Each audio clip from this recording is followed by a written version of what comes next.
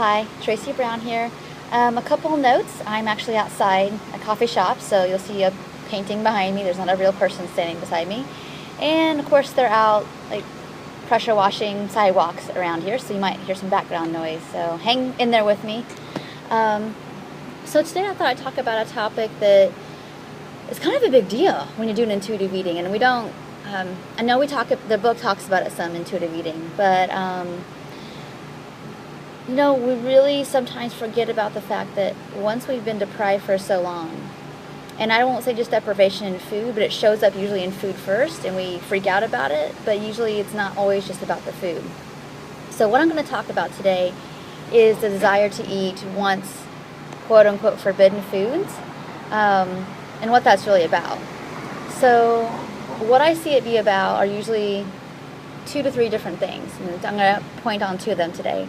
One is that we're more likely to want to have ice cream, cookies, maybe chips, just higher density food, just because we're calorically in a deficit. So let's say that you skimp on your some of your meals, and then there's room still to eat to be satisfied, but you don't do that, and then you start feeling like you're craving, let's say, cookies.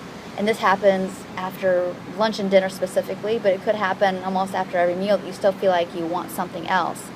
And it's easy to blame that on emotional eating, when a lot of times it's actually not that. It could really be just that deprivation-driven eating. And it also happens to be dense food to be able to make up for what you haven't been eating. So for example, let's say you're on the hunger scale and you're going to like a 6, 6.5, possibly a 7 max, but usually more like a 5, 6 on their hunger scale. And then you get frustrated that you want to eat like, a bowl full of chips or a bowl of ice cream or 4 or 6 Oreos. There could be an emotional component to that, but first let's look at the deprivation part. If you look at your meal and you're only going to neutral or a little bit of food in your belly, that definitely means you need more food. But if there's a limit to how much you allow yourself to have, whether it's because of body image and you want to keep your calories down and you're trying to like maintain or even lose weight, you're going to have deprivation-driven eating.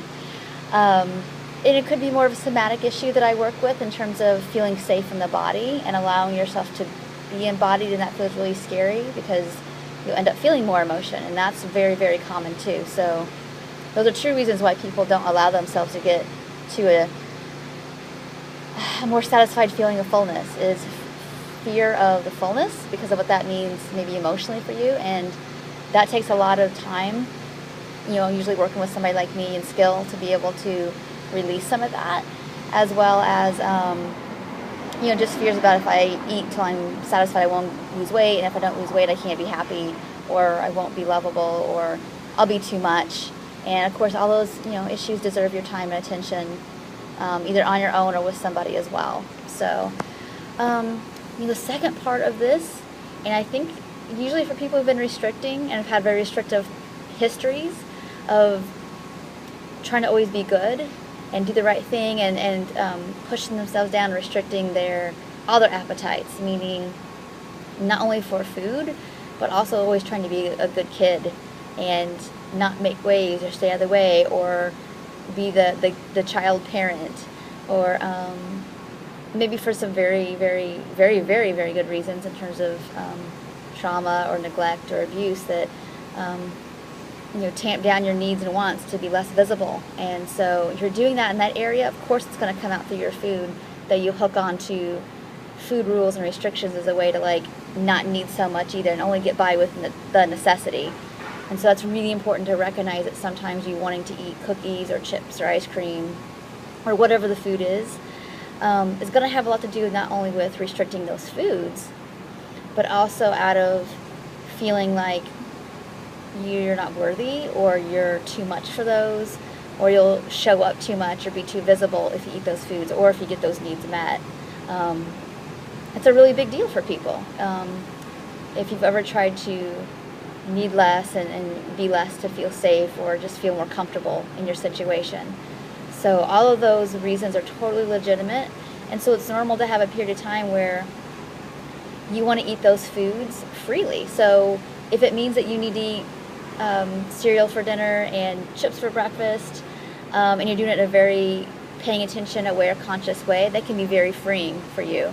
I personally needed to eat dessert after lunch and dinner every day for at least a year in my recovery, maybe more. It took a long time to make those foods, feel less special, and trust that my body could handle them just fine, as well as also get past some of the rebellion of being good, because I was a really, really good restrictor and dieter, and I needed to break all those rules.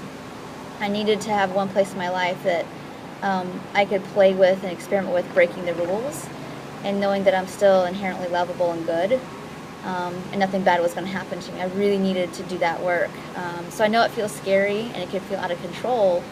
And most of the time we need to work with somebody to help walk us through that, because it's hard sometimes to know when you're in it, the confusion between, was this emotional? Is this me rebelling? What am I rebelling against? Who am I rebelling against? And just some feedback sometimes if you're eating enough, and that could be why that's happening. So if you're struggling with any of those issues, please contact me or somebody else qualified. But this is a really important topic that I don't think gets talked about enough. So I just wanted to bring it up today. I hope you're doing well. I appreciate everybody for hanging tight here with me, and I'm still in the works of creating my membership program here. These things take, I even not have a schedule, and it's still taking longer than I hoped, and I was on the conservative side of getting all the content that I want there for you guys ready. So just keep posted about that. If you're having a hard time waiting, you can always work with me one-on-one, even a session or two if that's what you can do. But I look forward to talking to you all soon. Take care. Bye.